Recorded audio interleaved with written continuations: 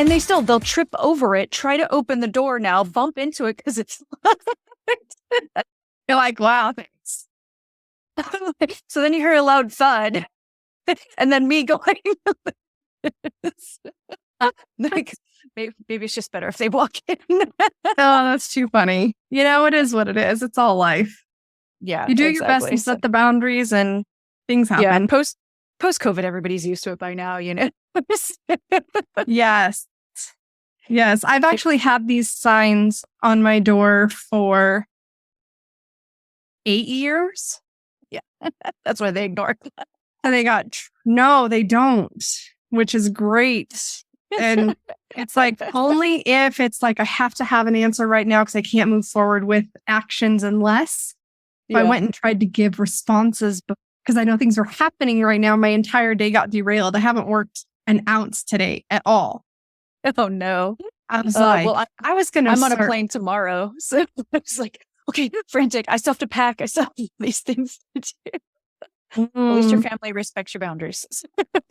We all try, right? We all try. Are you staying healthy? I know everybody is getting kind of sick right now too. And I got sick in December and I've been good since. Now I'm just injured. Oh, no. So, sleep is eluding me. You're in so much pain and you're trying to sleep and you're like, okay, I can't lay that way because that hurts. Then if I lay this way with this side hurting, like doctors gave me a shot of Toradol and said, go see physical therapy. I'm like, I can't get in for 2 weeks. What do I do till then? Yeah, thanks. Great. The worst part of the pain, I kind of need some help now. Yeah. And they're like, oh, it's inflammation. I'm like, well, inflammation from what? Right. Exactly. Working too hard. I'm like, why don't you? Well, I was like, did I strain a muscle? Did I pull a muscle? Like, is it injured? Like, she barely touched me and was like, oh yeah, it's just inflammation. We'll give you a shot of Toradol because you can't take ibuprofen and we'll just send you to physical therapy. Like, she had no clue what was wrong with me. Thank you. I was like, she didn't ask me any questions. And I woke up in the middle of the night last night and I was like, oh, I remember why it hurts so bad. Uh-oh. I was shoveling and we got this new snow shovel. And so instead of it just being a regular shovel, the top of it comes off the handle, splits around and comes around. So it's one handle. So you push. And I'm walking and it hits, where the sidewalk and it slammed right into my chest like 3 times. And I was like, oh, yeah, that's it's so much pain. Yeah, that sounds about right. Yeah. Yeah. So it snowed yesterday and I was like, well, it's not getting shoveled. It's not my problem. Somebody else is going to have to get on that one. We haven't had 3 of us in the house are injured. So it's like, we're just not shoveling right now. We're just not going to worry about it. Call a neighbor. Don't leave the house. I don't know. Right, exactly. Well, I'm so excited to have... Huh? Where do you live again, Tina? I'm in northern Colorado. Oh, okay. Yeah. I'm in Chicago, but we haven't gotten hardly any snow. Really? It's strange. Yeah. So. Wow. That is strange. We're not going to jinx it though. It's fine. No, it's great. It's great. Right. A friend of mine was supposed to get this massive storm and she lives at Lake of the Ozarks in Missouri. And she goes, it went right around us, just like the storms tend to because of where they are. And I was like, good for you because we got 8 inches. Yeah. My family's back in California, like right by Tahoe. And they got like 8 feet over the New Year's weekend. And they were just like, yeah, we were just buried. And, everyone's just anxious to go skiing. No one wants to work. I love that. I grew up in California, up by Mount Shasta. Oh, nice. Yeah. I grew up in Weed and our winters were 4 feet of snow all winter long. And we didn't have snow days. The kids, the boys would get out and put chains on the tires of the bus. And I'm like, I moved out here to Colorado. And my first year here, I was 12 and I was in middle school and we had a dusting of snow. And they had a snow day. I was like, what's a snow day? I don't understand. Makes no sense to me at all. Yeah, I don't think we ever, like in Reno, I don't think we ever had a snow day. We had a fire day. We had quite a few fire days in the summertime when the fire was so bad, like in Yosemite. blow all that smoke. Like it wasn't healthy to like play outdoors and even be in that room. So yeah, but that's crazy. Reno, I've been through there twice, I think. The biggest little city. I miss it because it's just so close to go up to the mountains for both winter and summer and do stuff. Yeah, it's a good time. Yeah. Yeah. Well, awesome. All right, awesome. Well, I just love catching up with you. I'm just saying hi. No, this is great. This is great. I love this because with my guest episodes, as you saw in the form that you filled out, that this all goes on YouTube. Yeah, perfect. The whole unedited piece. And I love that because I like people to see, the raw, like some people, it's very, we get in, we get on the podcast, we go, done, we're off. Other people, we sit, we chat, we catch up, whatever. We're like, okay, yeah, I guess we should get into the official podcast part because, we just have such a great time catching up and chatting. And some people are so used to podcasts being so formal that I can't get them to like, let's just catch up real quick first. So they're like, I'm ready. Good to go. Whatever you want. Yeah. Well, so I think I said, I don't know if you're on the meeting, but so I have a goal of getting on 100 podcasts before my book launches. So I've just been like, bam, bam, bam, like everywhere. I leave for PodFest in Orlando tomorrow and I'll be there for the next couple of days. And I'm sure I'll get stuff through that too. So it's been super fun because just going through like different formats and like seeing what kinds of different shows are out there and just spending more time to actually socialize with people's fun suits. Yeah, I'm loving this. Mine started off as a solo podcast and then I took a break for a while. And then I changed the podcast and came back with a solo podcast. And then I was like, I just want people to share their stories. I can share all the, self-discovery and the business and personal development and the business tips and all the things. I was like, but there's a part where I'm finding I really enjoy connecting with people's stories and the people I tend to gravitate to, the people I tend to collaborate with, the people I tend to learn from and get into their programs and work with. And all of that are the people that I align with. Mm-hmm. I hear their story. I hear how they went from whatever they were struggling with to overcoming. So now they run this business. And I was like, you know what? That's a great concept. Let me just open it up and I'll start a podcast. And so I've got I'm recording now. I think we're into like the late summer episodes. Wow. Early. The 1, 2, 3, 4. I have 4 more episodes to record that are scheduled. I have 2 pending and then 3. So 5 left after those 4. And I'll have my whole entire 2023 done. That's fantastic. You're like, we just started, but I'm nearly finished. I am. I'm like, I don't want to be recording all year because I'm also going to be recording a solo podcast. So my first episode for this year launches in February. And so I'm going to do a solo episode every month. Yeah. In between the guest podcast. So you're going to be busy. Yeah. I was trying in the beginning to like record and then put it out, record and put it out. And I was just losing my mind. It was way too much. So the last few I've batch recorded, a couple a day and done in a week or 2. And it's just so much easier to like get it out that way. It is so much easier. A podcast doesn't have to be so hard, I think. And I think I was trying to make it hard because people were like, oh, you just, do one at a time and do that. I was like, oh my gosh. I've recorded so many and I'm like, now I can just sit down and batch edit and batch record or batch edit and I can get them up on the pod or get them ready for YouTube, get them ready for the podcast, get my stuff ready for Pinterest, decide if I even want to bother with social media. So that way, when March comes around, I'm done other than my solo episodes for the year. Yeah. Then I can sit down and batch record the rest of my year and be done with podcasting literally by like the end of April. Yeah. And then I can start figuring out what I'm going to do next year. The rest of the biz for the next time. I can start those episodes, right? And I'm sure it'll figure itself out. But I did take your quiz this morning that you're going to be sharing with the audience. And awesome. I was like, okay, I found I tend to answer how I think I'm supposed supposed to, not how I am now. Yeah. Most like over the course of the last however many years, what did I do the most? Not what am I currently showing up that way now. So I'm like, oh, maybe I need to go back and retake that because all of that resonates with like where I was about 4 years ago. Mm-hmm. I was watching the video and you're saying all this stuff. I'm like, oh, that hits. And I've overcome those things that she's talking about. So I need to go back and retake that and give myself some credit.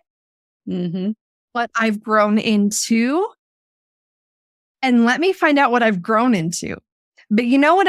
One of the things you were asking these questions, and I was like, I have worked so hard to step out of adapting to everybody around me that I think that was the other part of my answers. I was like, well, maybe this is exactly where I'm at. And it's not a bad thing. Maybe it's just my adaptation was so trauma focused that I have a hard time seeing adapting as a positive thing. So I was really intrigued by all of this. And we'll get into that today too. But I'm really excited to talk about your story and share you with my audience.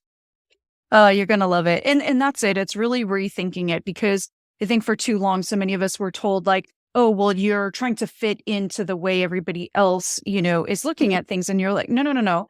At the end of the day, I'm still who I am, right? But I'm trying to learn from others to make sure I'm getting the best me I can be. And if you don't, just be open to that, but know the difference is like, if you get there and you're like, nope, that's not it for me.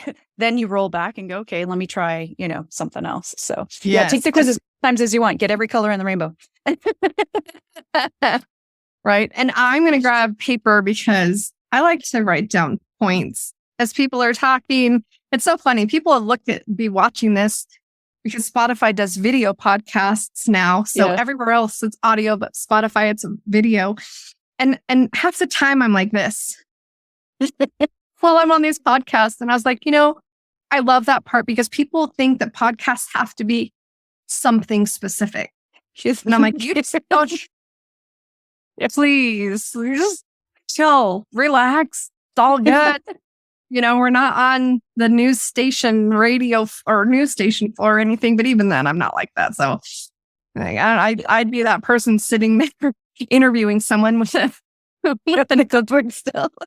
No, but I have a digital notebook exactly for that reason too, because I always say like, I'm not here to just be like one and done. Bye, never see you again. Especially we already have a relationship, right?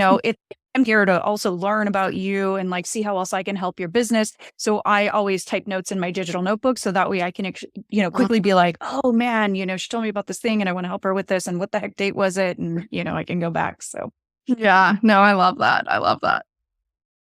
All right. And I love your intro on your podcast. And who else did I listen to? Was it Janine? And I don't know, a couple others. And I'm like, ooh, I need to step up my game. I'm like, but I'm so casual. I'm like, hey, here we go. And that's my intro. I don't know. It's fine. I felt very fortunate that my last podcast editor was a musician. So he's like, hey, can I write custom music for your podcast? I was like, yes, you can. Yes.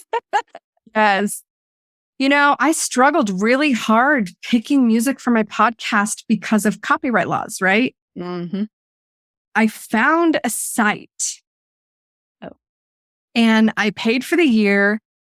And the way they do it, you have access and licensing for this music that you download from anything all the way up to broadcasting on television, paid YouTube, all this stuff. And it's sound effects and it's all this because it was technically, God, I can't talk, technically created for creators of like TV and productions.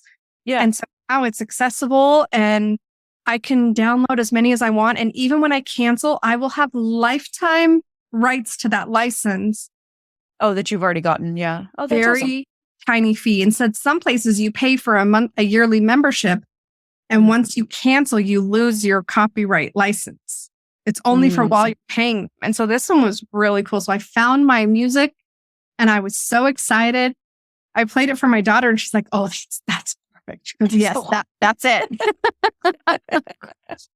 And I was like, okay, good. All right, we will get into it. I would talk about something else entirely different. Now we'll get into the actual episode. Oh, okay. Hi, and welcome to today's episode. I'm Dina Adams, your host of the Walking With You podcast. And my guest today is Nikki Green. And I met Nikki through an amazing group. And one of the things I really enjoy about Nikki is she's so transparent and she's so real. And she just is not like a bad in your face, but it's like I'm going to say it. It's going to be bold. It's going to be, just prepare yourself and know that I love you. Because her heart is to help people be their best and to trust themselves and to take whatever's coming at them in life and figure out how they can take it and allow change to just be a natural thing in their life, which I love because I believe change is inevitable. It is a natural thing. It's going to happen. And so Nikki is just amazing when she touches on that and talks about that. So Nikki, thank you so much for being with us today. Oh, thanks. That was such a great intro. I'm going to have to record that and keep it for later. So I would love for you, now that I gave my introduction, I would love for you to share who you are, what you do, and who you serve in your business. Yeah. So my name is Nikki Green. I am a life and business resiliency expert. So I help people through major life milestones as they're trying to transform and trying to find the next best part of their lives. I do both life and business coaching. I focus mostly on young professionals, people that are just leaving university and going into the workforce, or maybe they started working, then this wonderful pandemic happened and they're like, maybe not that. And so it's been incredibly just a wonderful journey to transition from, I spent the last 20 years in Silicon Valley working in a corporate job. I traveled the world, had a lot of great adventures there, which I talk about in my first book, I Laugh in the Face of Danger. And now really helping to help the next generation of leaders transform, do things differently, and be their true and vulnerable selves. So that's me in a nutshell. Thank you so much. I love that. You're right up my alley because, life and business coaching is something I'm super passionate about. And I think that most people, until they get into this entrepreneurial space or they get into these larger corporations that are bringing in personal and business development, don't even know about things like this. And so I think it's just great what you do. And I love the resiliency piece of it because we need to be resilient in this world if we're going to be able to achieve and make it in the way that we desire. Well, and just you could really see the difference between people in the last 2 years is some people, and we were all going through it at the same time, right? So it was really easy to sort of see that ripple effect where you had to quickly make decisions and you didn't have a lot of information. And so, for me, my personal job, it was like, oh, okay, well, we have to work from home. Well, I worked in Silicon Valley. We had laptops, we had internet, not that big of a deal. Right. And I know how to tell the different time zones across the world. So, for me, it was like, okay, quick, no problem. I'm back to work the next day. For other people, it was a really dramatic transition. Maybe they didn't have good internet. Maybe they didn't have a solid laptop. They're doing things off their phone, right? And everybody's kind of piecing things together. And so really starting to see that difference in how people were able to adapt and what that kind of trickled down to in the rest of their lives and whether they're even recovered now almost 2 to 3 years later, right? Yeah, that's a good point. That recovery time. And not everyone recovers at the same rate and not everyone recovers.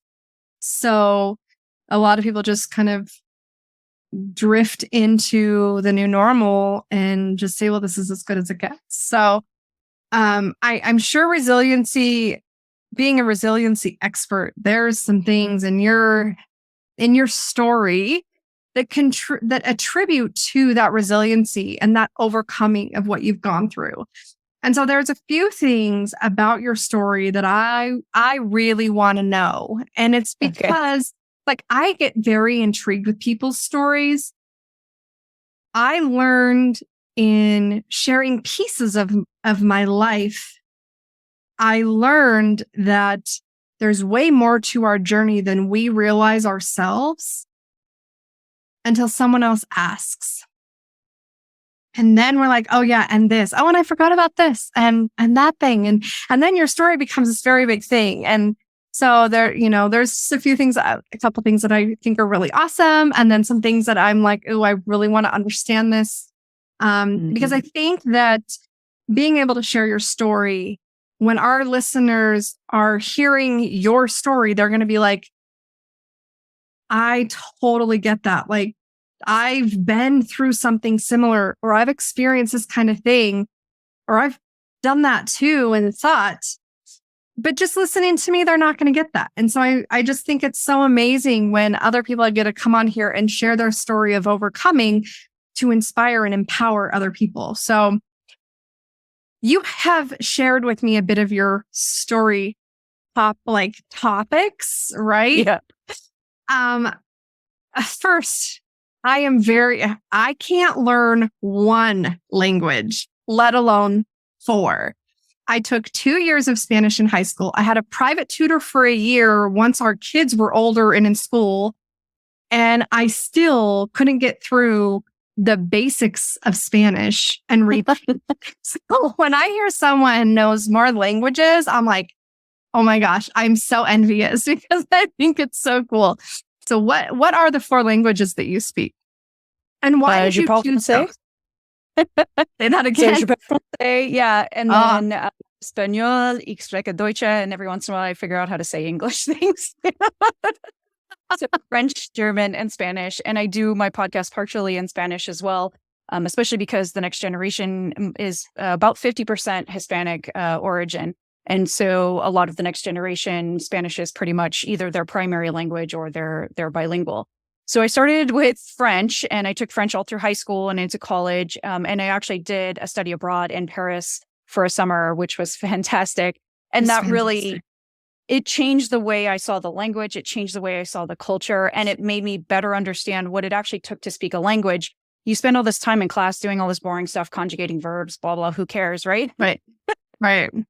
And it doesn't make the language come alive. And I always knew I wanted to travel. I moved every 2 years of my life. So for me, it was about the experience of being able to not just travel, but really to go there and see what life was like and feel like, as close as I can, like to a native of someone that would live there. And so that was incredibly just a powerful experience. And in high school, I wanted to also take Spanish at the same time. And my counselor was like, but why would you want to take 2 languages? Like, no one speaks like 2 extra languages. Like, it's the mindset of high school counselor at the time. Right. Still. But again, living in California most of my life, Spanish was incredibly valuable. So just being able to talk to people all around. And now my boyfriend is from Mexico and his niece lives with us. So we speak Spanish in the house here. Which again is taking my language to a whole nother level. And so, between French and Spanish, they're similar, at least in origin. So it was easy to kind of add one. I confuse them sometimes. So sometimes it sounds like Portuguese, but it's not. That's too funny. And then when I got to college, I started taking German, which was really cool, to kind of see the parallels back to English and how kind of some of our words are, have German origins. So, and every once in a while I get on Duolingo and start to play around with Japanese or, That's fun. I've played on Duolingo. You think I'd remember something? I really wanted to learn Italian, and I'm done. I've stopped. Some things our brains just are not wired for, and mine is not wired to retain languages other than the one I naturally learned growing up. I think that's really amazing. You did a lot of traveling as well, I see. And we're going to get into her depth of her story here soon, but I just like to touch on some of the fun things first. That's a lot of countries to go to, 14. 14, yeah. And hopefully more coming soon with the book launch. So, for me, it was great too, even as I was younger, getting some exposure from my parents. So we used to go down to Mexico to go fishing. And we would not just, sort of go there as tourists, but really we would go to the homestay of the captain of the boat, and we would bring extra toys and clothes and stuff for his kids and really get a very different experience than probably most people have, when they go to Mexico. But my family really always encouraged us, like, don't just go and like leave your mark on a place. Make sure that the place is leaving a mark on you. And so that always really stuck with me as we were, going to different places. And then when I was a senior in high school, my stepmom won a radio contest and we got to go to Canada. So we got to go to Vancouver. Right. So it was all these sort of like just, sort of random happenstance in the beginning. And then as I got my corporate job, I absolutely was all in on the fact that I wanted to travel internationally and I wanted the opportunity to work with other cultures. And so the rest is from work and, sort of gallivanting around as I was starting in one place and going to the next. So it's been a real blessing and can't wait to see more of this amazing world we have. That's awesome. I've never been out of the country. I've only traveled if I absolutely had to go somewhere for something going on. Otherwise, I don't go. I've never traveled for pleasure. I love, it's so crazy because I think sometimes we're like, oh, I'm so jealous that they got to do that and I didn't. And, I think about, well, would I have, been able to accomplish the things I accomplished? Would I have been would it have made my life better? There's no guarantee that doing any of these things would have made my life better. Mm-hmm. And so a lot of people will say, what would you go back and change in your life? And I always say I wouldn't change anything. And when they hear some parts of my story, they're like, how can you say that you would never change going through that? And I said, because there is no guarantee that I wouldn't have gone through something even worse. That's true. And we're like, right. And so when I have learned that when other people have these experiences, like I've learned in my life to be really excited for other, like truly genuinely happy for other people and the experiences that they have, because I would like people to feel that way for me instead of jealous and all of those kinds of things. So I just think that's really awesome. So I want to get into your story. And you can start wherever you want and share as much or as little. I'll probably have questions. So if it's not something you want to share, that's okay too. You share that you have 6 parents. So that is one thing at some point in your story, I would like to understand what that, a lot of us say, oh, I had this person and they were like another mom to me, or parents got married, divorced, remarried, all the things. But this is a very prominent part of your story. This is something that's really important. So as you share your story, I would just love if you can incorporate why that is important for people to understand as well. Yeah. And it really talks about why I can adapt to change in the way that I can, because from my very first breath, from my very first step, I was having to adapt to having, 6 different parents, having different influence in my life, living in different states, different places, and having very different ideas about the world. And usually I need some sort of props for this. It's very difficult, but we'll try to do it as best we can without any ketchup, mustard, salt and pepper. We will envision as you tell us and use the analogies. We're good. Yeah. And in the new book, we did have a very talented graphic artist make a family forest to try to put it together. So we might need to make this a downloadable for people. For every podcast. We'll give them a visual at some, maybe we'll just have you back another time and we'll have like a whole visual piece that we can share just for YouTube or something. Exactly. That'll give them the incentive to go over to the video. So my biological mom and my biological father were friends from high school and friends of the family. They knew each other for a very long time, but they weren't meant to be together. So it was a very short-lived relationship. I came out of that relationship.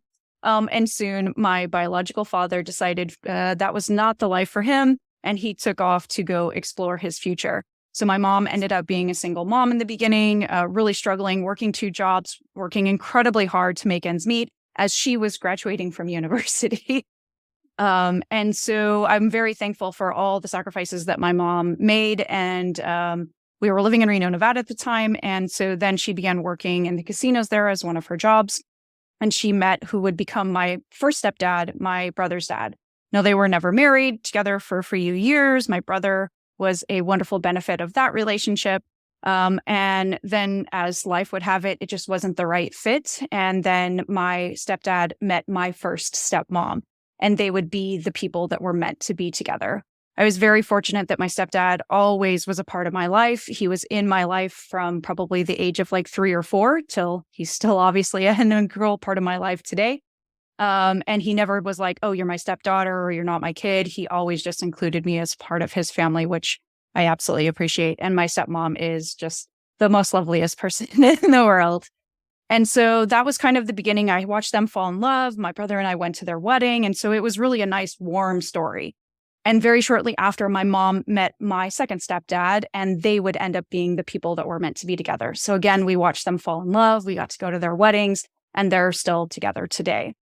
And so that kind of feels like the normal. You have like kind of 2, parents on each side. Then my biological father decided to show back up when I was about 10 with a new stepmom number 2 in tow, along with a bunch of stepkids and my half sister. And so now we're up to 6 parents, 3 couples living in different states and very different lifestyles. And once again, got to go to the wedding, watch them fall in love. And so how many siblings is that?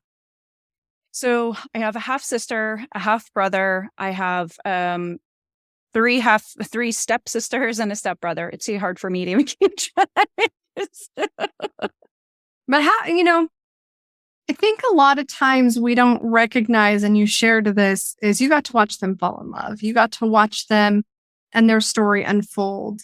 And a lot of people have a really hard time adapting to someone coming into their life, right? Like that. I was one of those people. It was a challenge. But I think it's important to hear that there is room for those other people, and being able to understand that change is important. And it's never about the children. It's always about the adults and what they do and don't want in their lives. And ultimately what ends up being better for the children to some degree, not in all scenarios, right? So I think that's really great. And I saw it when I was younger, because I saw some of my friends as I moved to 9 different schools over the years. I saw them have, parents that were together and then divorced, and how the fighting and the custody and all those ugly things that were happening really affected them, and their grades weren't good, and they were acting out all the time. And trust me, I was still as bold then as so I was my own handful, and I kind of needed 6 people to give me guidance. But But, I was always very appreciative that, they were there. Obviously teenage years, I did my own thing and I was always still pushing back. But I think I am the person I am today because I had all of their guidance. And when I didn't like one answer, or it wasn't the thing that was going to help me, I had other people that I really trusted to go to keep me on my path. So let's dive into moving forward in adulthood, in the corporate world. What are some of the maybe most difficult challenges that you had to overcome in order to keep moving forward in life? Because a lot of times we have challenges that we're like, I can't anymore. I'm done. I can't do this. And I mean, you being in Silicon Valley and working in that space where many of us are like, ooh, we're on the outside looking in this special place that nobody can touch. And, it's this incredible thing that everybody just must be in, like this Beaver Cleaver world, right? Where it's just everyone's happy and it's all this money and it's all this greatness and technology and ideas and all the things. So as an outsider looking in, and hearing other people, like that's a consensus of what I hear other people believe as Silicon Valley. I didn't even know what it was, nor did I care. And I didn't even really ask until like a couple of years ago. I was like, so what's the big deal? Right. Yeah. Who cares? Right? You work in this place that I feel can be quite a challenge. And it seems, just what I've understand, I feel like it could be, if you get into the intricacies of it, could be very competitive. Absolutely. And it's there's built that way. Goes with that. So what are some of the biggest challenges that you had to go through that you felt, okay, I've gone through these, I've overcome them. Now I can come into the marketplace and I can serve others. Yeah. It's really difficult, especially, and I talk about this, whether it's Silicon Valley or other jobs, but when you go to school, you start at this 100% and everything you do wrong, you lose place, you lose, your grades. And it doesn't really teach you to put yourself out there and try to problem solve and to do new things. It doesn't really teach you to be inventive. And then I get dropped into this world of Silicon Valley, which is incredibly competitive constantly. And everything is moving at the speed of light, even, in finance, which, generally finance doesn't change that often, but we're trying to stay on top of technology, on top of new accounting rules, Sarbanes-Oxley and other things are coming out. And so even being in finance and crossing over with engineering, we had to be on the edge of what was happening. And so in some cases, that's really good because it creates this incredible spirit where we can collaborate together, we can learn from each other, and we can make things better.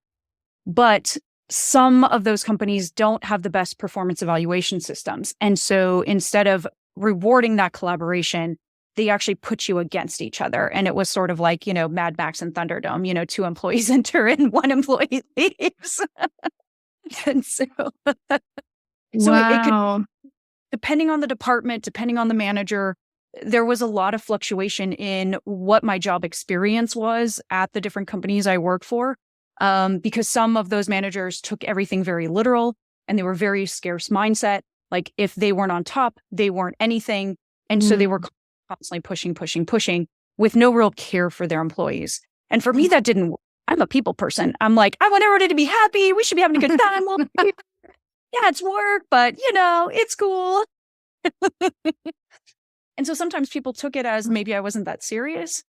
I don't know. There was a mix of, what people thought of me. Other people said they never got to know me because I really kind of guarded myself too because of so much strangeness that had happened as I was growing up, moving schools so many times, changing schools so many times.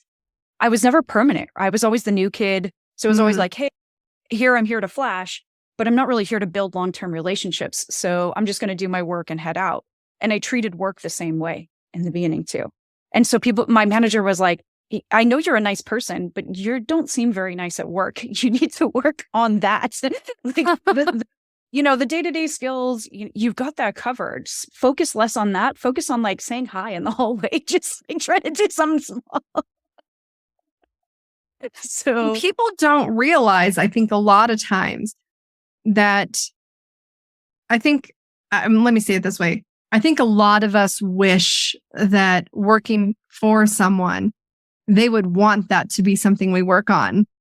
As opposed to only focusing on the bottom line and the skill set. Because, there's so much in that bottom line that comes from the interpersonal connections in an office space inside of a company. Yeah.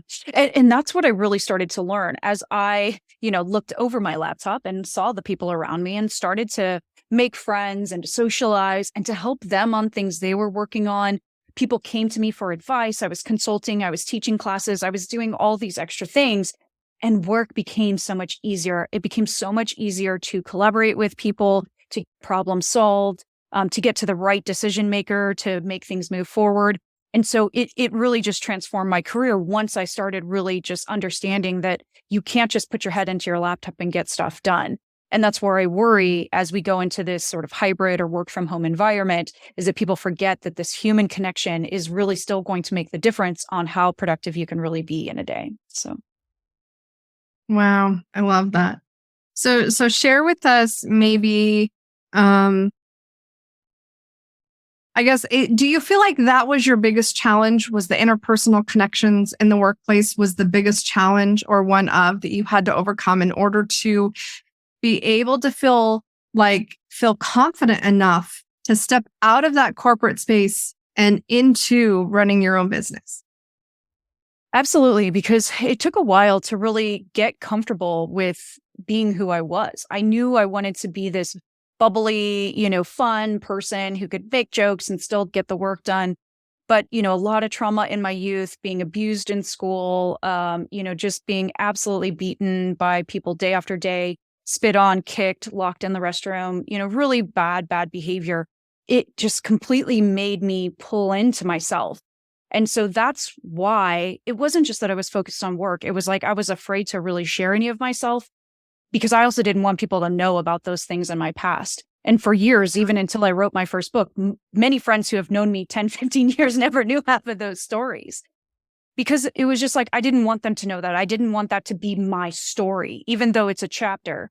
But it finally taught me that, you know what, it is okay to share of yourself. It is okay to be vulnerable. It's okay to, see what else is going on in people's lives and try to commiserate or, empathize with your experiences.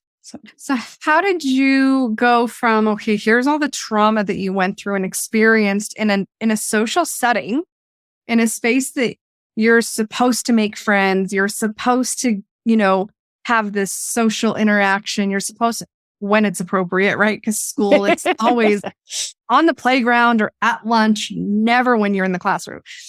But how did you deal? Because I also, if I recall this part of your story correctly, is you were a minority in your community. And so how did that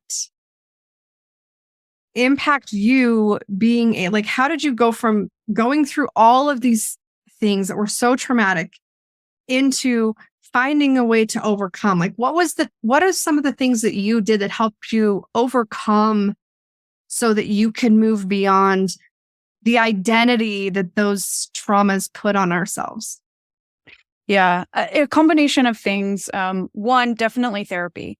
Just so much chaos when I was younger on top of, sort of those specific traumatic events. The therapy was needed off and on throughout, to just deal with those highs and lows of normal life. And especially when work would be especially stressful is when I would revert back to those, behaviors and those feelings. When work was going okay and, we were kind of in a good time, bonus, whatever, all the fun things that are happening, party for Halloween, wearing a costume, those were the easy times. Those were the times where I could easily push myself to be out there and socialize and have fun. But, those super stressful times, those 20-hour days, sometimes sleeping under my desk, crazy work schedules when we were doing software releases, I just felt myself revert and start to feel that trauma, almost re-experiencing it over and over again, as if I don't do well on this thing, then people aren't going to accept me. And you start going back to all those, bad, negative, mind thoughts. Also just great coaching. I was very fortunate to have some really good mentors, managers when I was younger who saw that nugget of talent in me, buried under all that other trauma and stuff that was happening. And they helped me pull it out. They helped me push it into the light. And really just continuing to encourage me is you're on the right track. You're doing the right thing. Stop letting stuff define you. And so it was really those great combinations of mentors, great managers, and the important therapy to work on the past. So what would you tell someone who's sitting here listening to this going, but I don't have someone like that. I don't have anyone that speaks into my life like that. I don't have anyone that says or shows in any capacity that they believe in me. I'm pretty much standing here alone by myself. What do you tell them when they don't have what you had? How do you help them be able to keep moving forward? Yeah, it's an important part of my business as we're moving, into this next year, is building a free community of real support. And it's not just, the people that are coming in to, maybe potentially be clients, but the community is free. This is a way to pair the right mentors with the right mentee. And this is why, because so many people have lost their network, or their network isn't going to be the people that are going to support them on anything new. They're fine for the things they did in the past, but this jealousy or, just fear, right, from people that might be your family or friends right now. And so what I try to do is I have a great network of incredible mentors for people just waiting to share time with them. And so as I spend kind of a little bit of foundational time with them to understand their needs, I can help link them to a couple of people to start their own conversation. So don't be afraid to just reach out. Our Chameleon Crew is available free on LinkedIn. And through this, we're going to continue to build that community. And I love when also these mentees also become mentors to the next people coming in. They've gone through it, they've learned some lessons, and they love to share and help the next people coming. So I think that sounds amazing.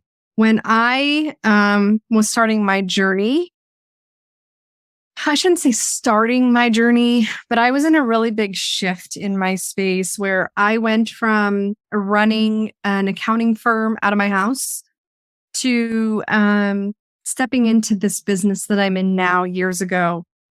And I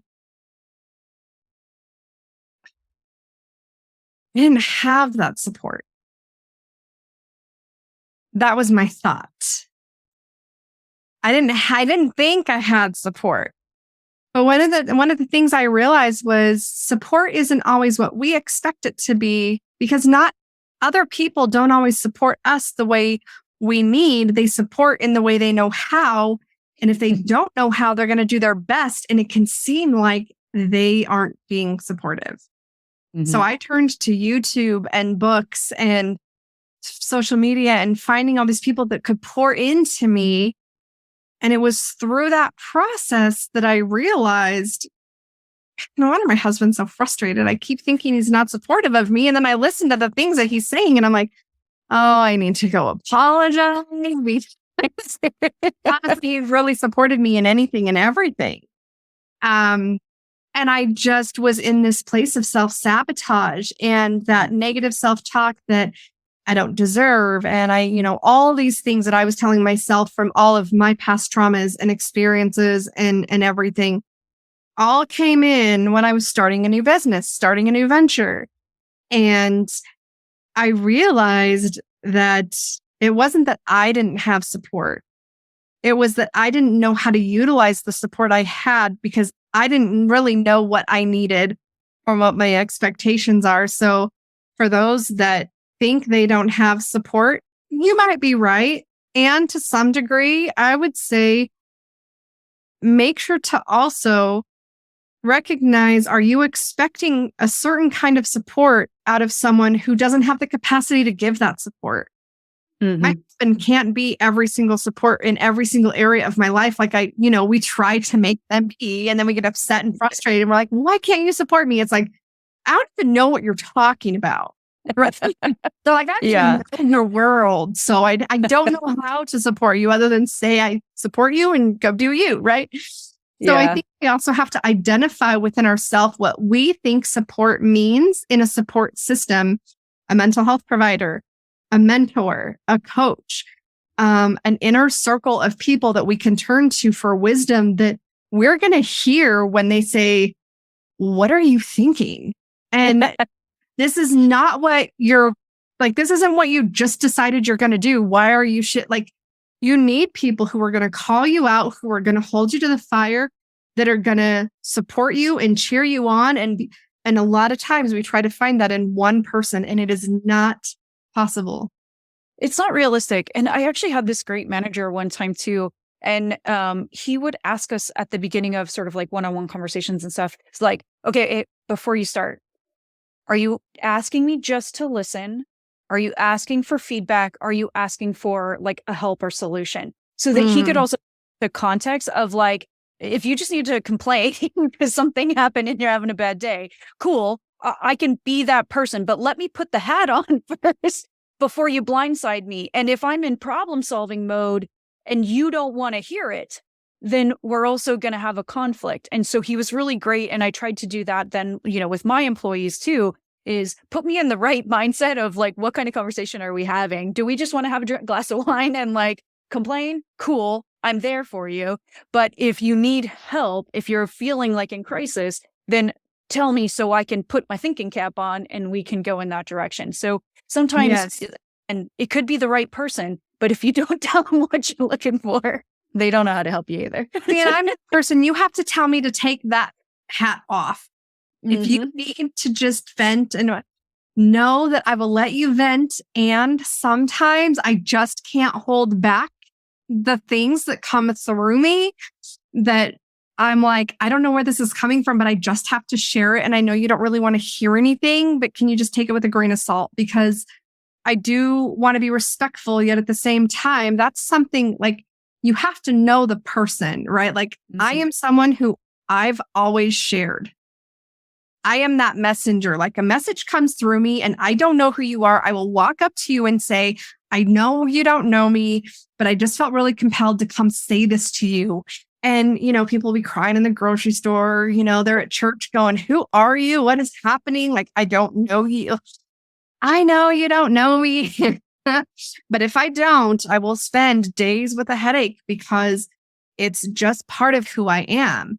Right. So when you're looking for that support and you're needing a mentor and you're wanting someone to walk that with you, you have to make sure you align with who they are also, because they are going to show up as themselves for you as that support.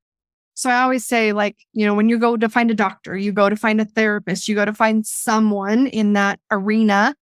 If you don't connect with them, if you don't feel they're serving you well, your personalities don't mesh, you don't align with them, you can step out and say, I'm going to go find somebody else. It just doesn't feel right to me. And you can do that. Most people believe, well, it's your doctor. You just have to listen to them. No, you don't. You have to be somewhere, not so someone will tell you what you want to hear, but someone that will help you get the results you're looking for and that you can communicate well with and you can get answers from and who will be honest with you, right? Yeah. So I think that's such an important part of support systems that most people don't understand or know that they get a choice. Yeah. And that's it. It's like build your network as big as you can, as fast as you can. Reach out, talk to people. You don't really know what other people's experiences are too. Your neighbor, you may have lived next to them for 10, 15 years. You don't know, right? And you just know them as your neighbor, but they could have had incredible life experiences that could be useful to you. And so the other thing I really share with people is be comfortable sharing some of your journey of what you're trying to work towards, because you never know where someone is going to be able to help you achieve what you're trying to do. Maybe it's not them directly either. Maybe, again, they know 2 or 3 people that they can go refer you to. And so keeping so much of our lives secret from each other, I don't think has been beneficial. And so I just say, build your network and you never know where your next adventure is going to take you. I think that's so amazing. And I think that's a great ending note. I love that phrase. And scene. Just kidding. Chuck Mike. I like that better. Thank you so much for being with us, Nikki. I really appreciate you sharing your invaluable time with us today. Oh, thank you so much for having me. It's been a blast. Thank you so much for being with us today and listening to this episode. If you want to connect with Nikki, if you want to get her free offer that she has for you, I took the quiz. It's really interesting. It takes just a couple minutes. It's the Chameleon Mindset Quiz, right? Yep. Inc. is what it's called. And it just tells you a little bit more about how you adapt. And then she's got her book, the Chameleon Mindset book. I believe there's also a journal that you can get as well. So take a minute, check the comment or check the description. You can get connected with Nikki, find all her links, her podcast, all the things that she's got going on, all the places she speaks. So if you find that you resonate well with her and she's someone that you want in your world and she might be your next person that you're ready to work with, go ahead and get connected with her. And thank you again so much for being here. And always remember, you are never walking alone. We are always walking with you. Oh, we're done. Ta-da! That was awesome. That was awesome. I really enjoyed that. Yeah, me too. Me too. It's good to talk about this stuff. And like you said, every time a question comes, makes you kind of be a bit thoughtful. And where were those key points? And yeah. Awesome. Well, thank you. Yeah, thank you for this having was me. fantastic. I don't have my spreadsheet up in front of me, so I don't know what date yours launches. Let me double check because I don't think I saw a picture come through. Okay, let me check with my assistant. From you. Yeah, let me double check. Nikki Green.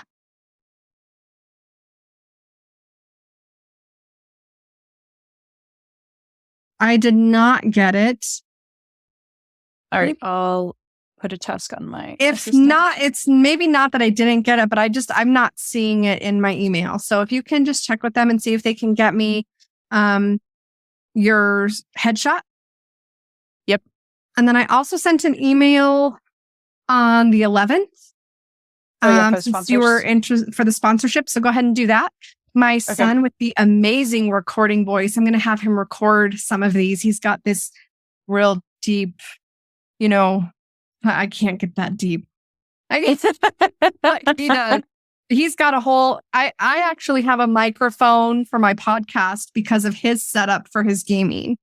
Oh, that's awesome. Like, I love your microphone. I'm like, I'm so jealous. I need to have one.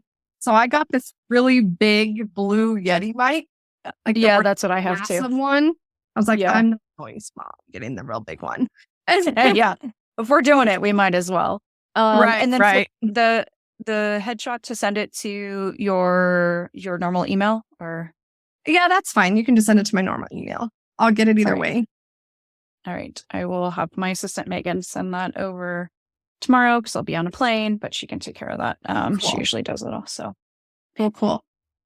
And then for the sponsorship, there is an attachment to be filled out and a link so you can pay for the sponsorship.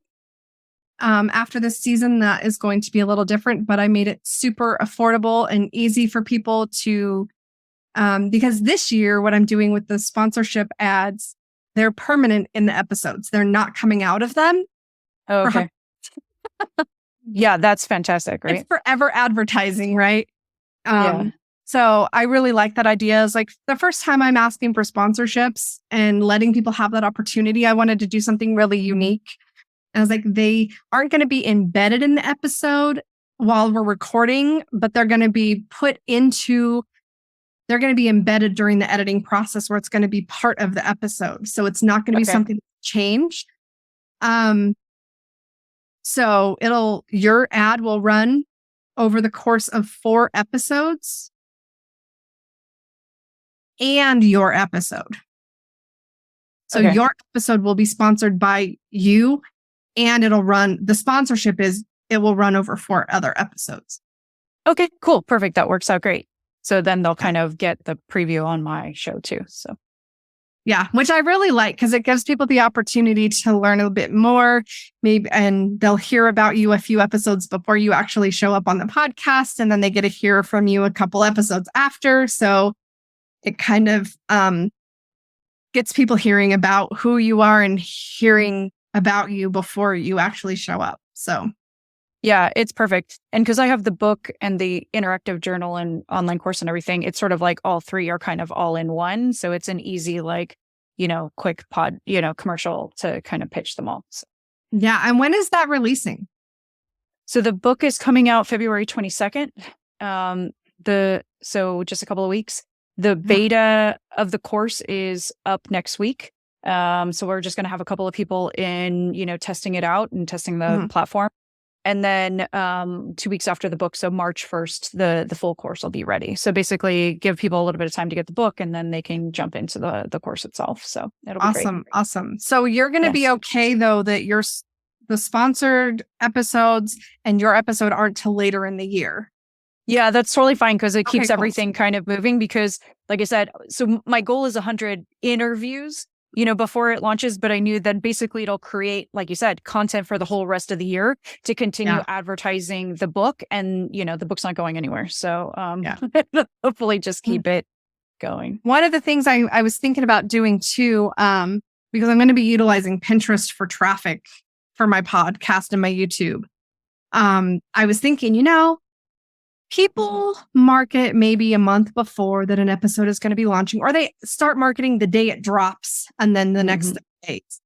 And I was like, I can't do this for all of them, but I was like, I could by the end of, February, March, have all the Pinterest pins ready for every single episode because it's all going to be ready. Right. And I can just rotate them out throughout the year. So everyone's getting pins on Pinterest all the time. I was like, wow. Well, yeah, it's like I'm thinking like social media. It is Pinterest. It's different. Yeah. Well, and Pinterest is good because you could have themes too of like whatever month it is. It's like January's creativity month and like whatever, even if the episodes don't go, like these are the episodes on creativity, right? And have a board just for that. Never thought about that. I kind of get overwhelmed. I have too many social media things already. I love Pinterest, but I use it mostly for my hair color and for my nail design. I hear ya. Hair and nails. That's fun. I was like, I have so many pictures of every time I did my hair or did my nails because I do them all anyway. I used to be a cosmetologist. And so I'm like, I should just have like little stories on my Instagram thing to go somewhere. Exactly. Oh, awesome. All right. Well, thank you so much for everything. Yeah, good luck on your event tomorrow. Safe travels. I hope your flight goes well and everything. Yeah. Yes. So we won't see you on the call tomorrow either. Yeah, I won't be on 10 tomorrow. I think I'll be back. I have an in-person event in Chicago next Wednesday. So depending on if I'm back or not, I'll be on 10 or maybe I'll join from the car, sort of listen in. So right. Right. All right. Well, it's good seeing you and we'll see you again soon. Alrighty. Bye. Bye.